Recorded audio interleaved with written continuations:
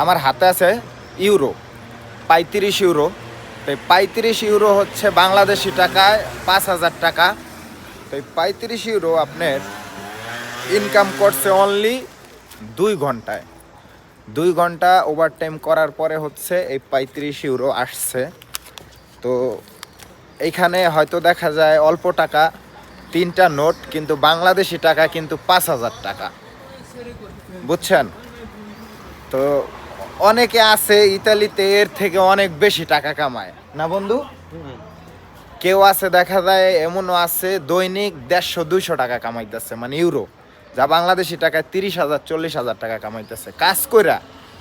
এটা আপনারা শুনলে অবাক হবেন, কাজ কইরা মানুষে 20-30 হাজার টাকাও দৈনিক কামাইতেছে ইতালিতে। এই জন্যই মানুষ ইতালিতে আসার জন্য এত পাগল, বুঝছেন? পাওয়ার অফ ইউরো, বুঝেন নাই? ধন্যবাদ, ভালো থাকবেন।